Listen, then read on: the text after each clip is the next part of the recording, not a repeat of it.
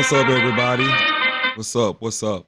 I want to welcome everybody to Facts or Feelings here on the Washed Up channel. I'm your host, Cee Will, and today we got a blast of a show. Got some interesting topics we're going to discuss today. But before we get into the topics, I want to say that it feels good to be back, back online streaming. We took a little holiday break, had a lot of things going on. So it's been a while. So since we last shot our last broadcast or podcast, I should say. So I just want to start off saying that it's good to be back. Definitely good to be back. And I'm back to doing what I love to do, and that's talking sports. So before we get into this, I want to wish everybody a happy new year, and I want to make sure that everybody go ahead and subscribe to the Washed Up channel, because we about to kick it in overdrive now. We about to get it going back. We're going to be talking about the NBA. College basketball is in full swing. The NFL is nearing the playoffs. And we got the national championship game coming up this Monday. So we got a lot on deck to discuss. So make sure that you hit the like and subscribe to the channel so you don't miss any of it.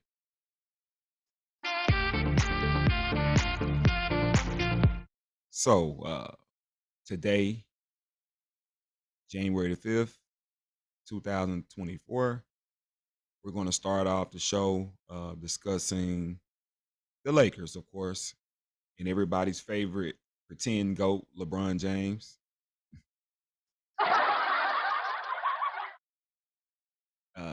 We're going to talk about the Lakers and, how they have basically taken a nosedive since winning the in-season tournament. And I believe that was on December the 5th. So it's been about a month. And since that point in time, they've won a total of like 3 games out of 11 or 12. So I don't know what to say really about the decline. But I will say this: if winning an in-season championship is going to take that much out of my team, then I do not want to win it. And those guys was playing hard as hell. They were getting after it. And I'm not never knocking a man from playing his hardest, but if you know that you have an older guy who happens to be the oldest guy in the NBA this year, you might not want to put all your eggs in that basket, especially if you have aspirations on winning the world championship that happens in June, the NBA finals. So, definitely, is a head scratching situation right now, especially if they are fatigued and burned out at this point, because we're just in January with a solid 3 to 4 months left in the season. So there's no time to be letting up at this point for the Lakers. So we're going to take a look at something real quick. It's a clip that's on Colin Cowherd, if I'm not mistaken. Gotta find the clip. There it is.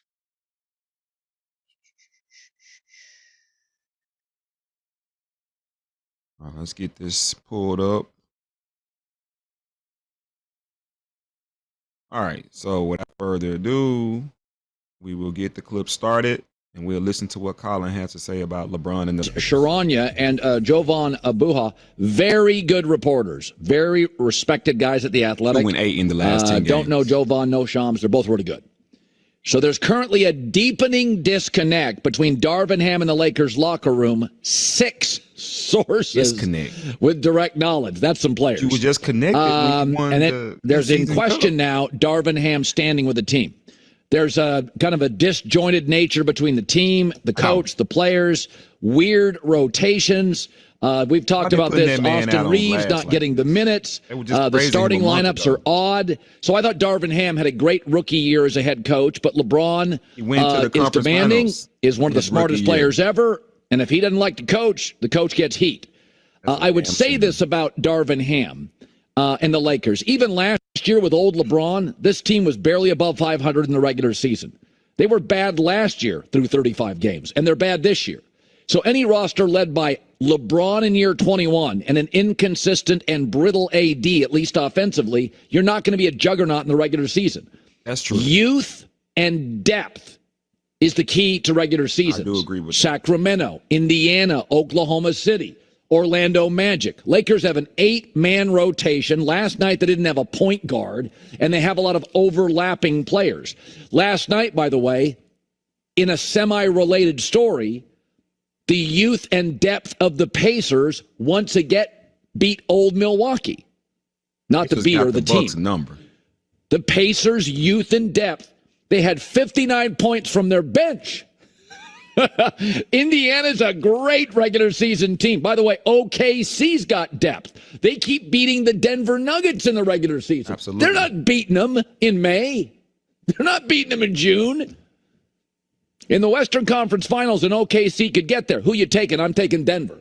I'm taking the experience with an average bench. I like experience. So Indiana, Sacramento, Oklahoma City. These teams are built for the regular season. Plus, those teams haven't won anything, so they care more. This is an old team. AD's got the ring in the bag and the legacy. LeBron's got the rings, the bags, and the legacies. All right, like this is not what they're built for. Now, and when LeBron is infrequently off, last night he had a bad game. He gets those. He couldn't hit a 3-0 for 6, 6 for 18 overall. So the Lakers couldn't hit. Miami late in the game did hit. But I will tell you this. The Lakers are a sprinter, not a marathon runner. So they were very good in the one-and-done series, the in-tournament thing, where every game felt like it was crucial. That was like the playoffs in season. Right? It kind of had a March Madness feel. You had to win the games. They changed the court. Lakers were very good in that. I think they finished 7-0, 8-0, something like that. And I think they'll be a very good playoff team. They got to the Western Conference Finals last year and were lousy at this point. So I think they need a trade. I think they need more athleticism on the wing. I'm not a Zach LaVine fan, but I think he fits here. I could do something like that. But the Darvin Ham piece, which broke this morning, this means LeBron's unhappy. In the NBA and by the way, in the NFL, Tom Brady was unhappy with Belichick many times. Much harder to get a coach fired. When Tom had struggles with Bruce Arians, Bruce moved upstairs. So in the NFL, you don't have that that power. In the NBA, you do. And if LeBron's unhappy, the coach is in trouble. That's how I see it. This is noteworthy. We'll stop it right there. And that's true. If LeBron is unhappy, then all hell is going to break loose. And might as well go on and get ready. It's going to be some trades. He has 45 under his belt, by far more than any player that ever has played the game has. So I think, me personally, this is what I think that happens. This happens every single year, especially probably since, what was it, his last year in Cleveland? That was 2017, 18. So ever since that year, because that year he traded his whole team too. That was a year that, he got rid of probably about 4 or 5, 6 players and had to start all over. But ever since that year, predictably, every season around January, his teams, they play bad. Because you start to approach the new year and you start to wonder, like all his teammates and peers know that there's going to be a sweep and you have to be cautious. So guys that, that aren't settled at a particular team, they get nervous. They get worried about having to relocate. Your family, you could be married, family, your wife, in a particular city, and now it's like you can't focus because you don't know what tomorrow's going to bring. Well, that type of excitement, it comes every year if you are a LeBron James teammate. That's why it's comical. around this time every year is going to be a period to where they play really, really bad ball. But what really, I guess what gets me about the Lakers is that I couldn't figure out why they was playing so hard earlier, this year to try to win that, the Cup championship. I mean, I couldn't figure it out. LeBron was playing 40 plus minutes. This is like November, December.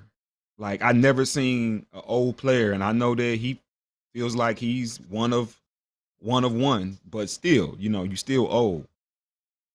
For one to never care about playing so much in November and December. Like I never seen that. And I'm asking myself, like, how can he still have enough in the tank? Because my mind keeps going back to the Denver Nuggets series to where he had the 30 points in the first half, but couldn't score but like 5 or 6 and couldn't do anything because he was so tired.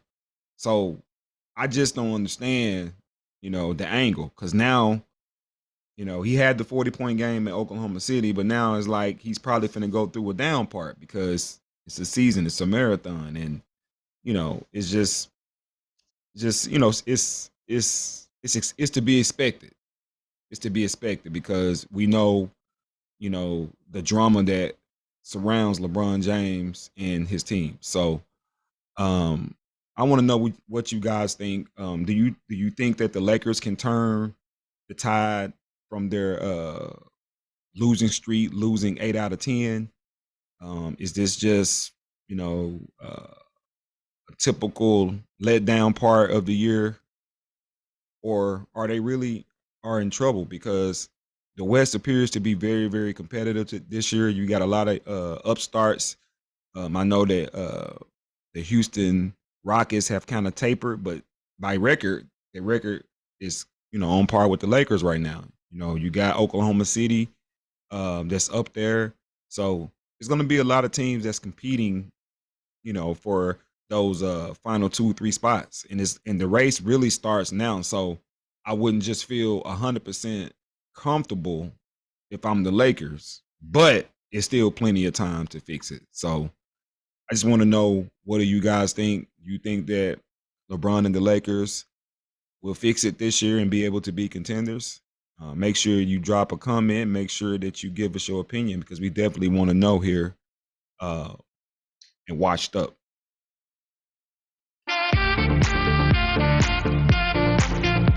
Okay, so we're going to move into the second phase of what we're going to discuss today.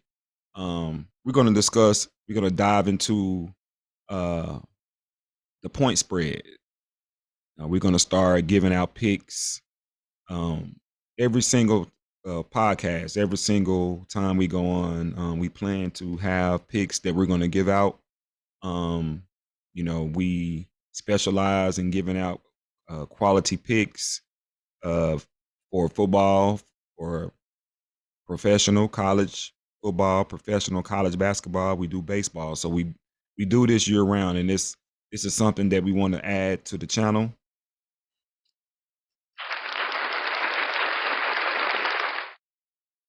We definitely want to add it to the channel. We want to give what we have. We want to make sure that we share the things that we have with everybody. We won't hold back on our sports knowledge because we feel like that the more that we can give you guys, the more credibility that it's going to give us, and the more credibility, more people are going to want to listen to what you have to say. Like, I don't want to be the person with a podcast that never has nothing to give.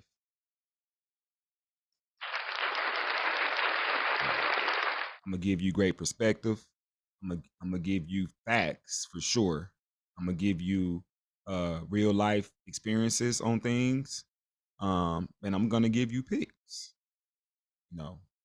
We're gonna definitely open up that realm of you know of sports or sports betting, and hopefully it does good here on here. So we're gonna take a look at a couple of things real quick.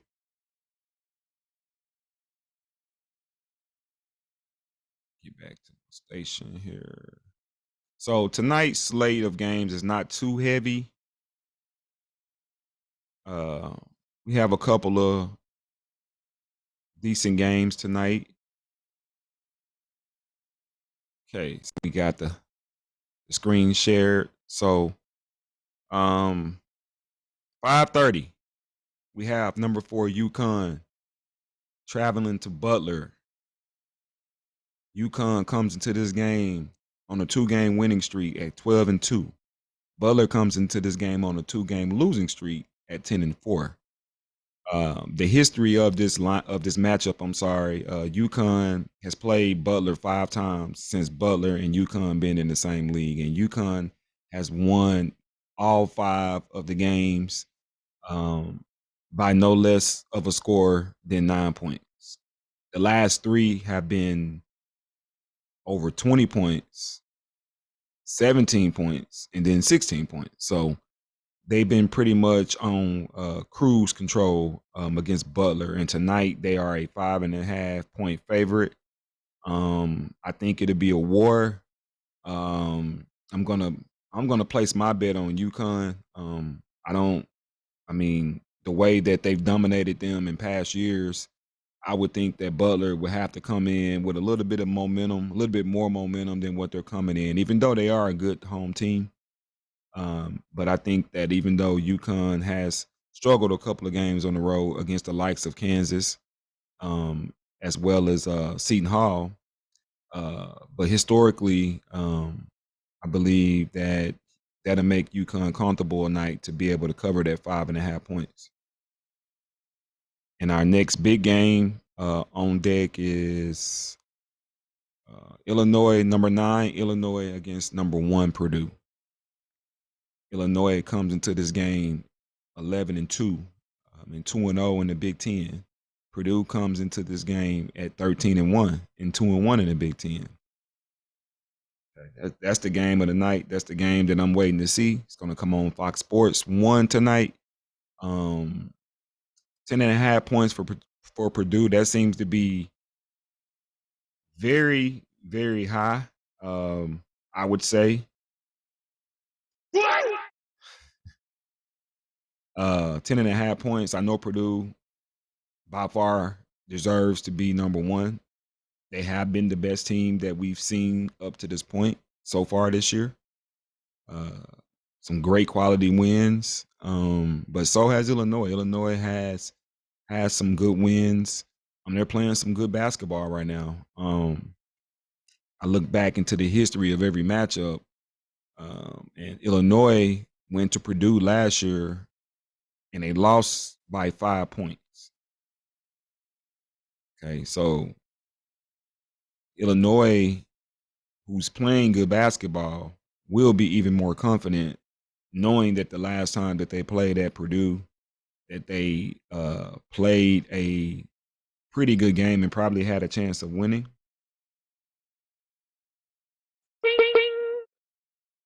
So I'm gonna pick Illinois in those 10.5 points in my favor. I think the game will be a lot closer, but I'm gonna take the points with Illinois covering the 10.5 at Purdue tonight. Okay, and there are a bunch of smaller league games on here, but those are my 2 main picks for the night. And what we'll do is we'll try to keep a record of our wins and losses, so that way we can kind of keep it interesting, and we can have receipts, and I think it'll be good. So those are my picks for tonight, and tomorrow will be a bigger slate, and then we'll have more games to choose from. So make sure you stay tuned to our channel so you can get those picks. To all the sports bettors out there, because I know it's a lot, and it's more and more, and females are even betting. So hey, I'm telling you, I've been doing this for 20 years. Very successful, very knowledgeable. So you come to the right place. So again, make sure that you subscribe to the channel, give us a like, so you can be in the loop whenever we give our picks out, because we're going to do it every time that we go on.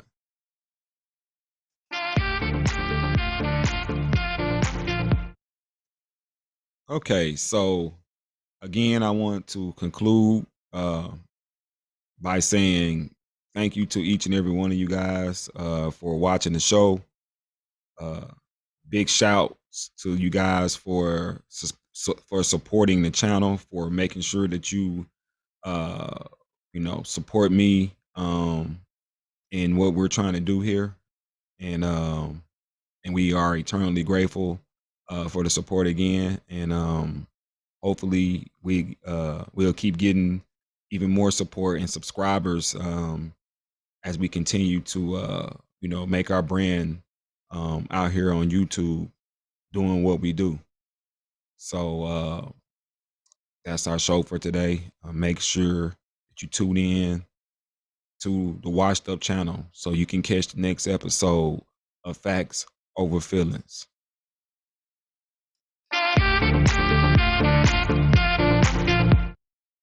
So long from Washed Up. My name is Cee Will. Take care and be safe. Peace out.